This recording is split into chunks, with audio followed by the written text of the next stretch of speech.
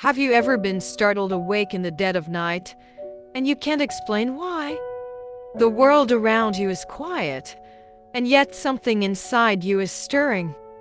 Your heart beats faster, and your thoughts are unsettled. You feel God Himself is trying to get your attention. Let me tell you, this is no coincidence.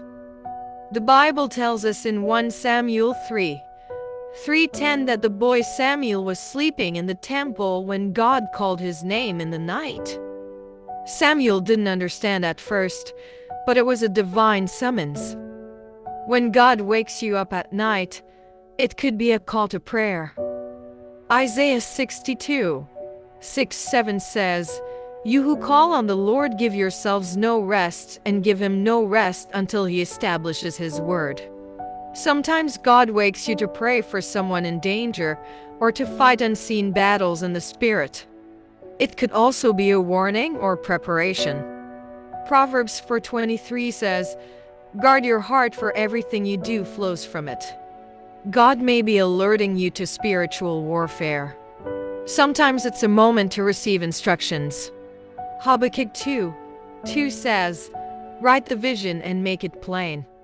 The quiet of the night is when distractions fade and God's whisper is loudest. Let me share my story. One night around 3:12 a.m., I was jolted awake. Not by a sound, but by a deep unease in my spirit. I felt God say, "Pray now." I didn't know why, but I obeyed. I prayed in the spirit for someone I didn't even know was in danger. Later that day, I received a call from a friend. Their car had almost been hit by a truck, and that same night, at the exact hour I was praying, I understood. God wakes us not to disturb us, but to use us as vessels for His power and protection. So if God wakes you at night, don't roll over and go back to sleep. Sit up, pray, listen, ask Him, "Lord, what would you have me do?" Your obedience in those quiet hours could change the course of someone's life. Psalm 119:262 says, "At midnight I rise to give you thanks." And Acts 16:25 says, "At midnight Paul and Silas were praying and singing hymns to God, and the prisoners were listening to them." That midnight prayer opened prison doors.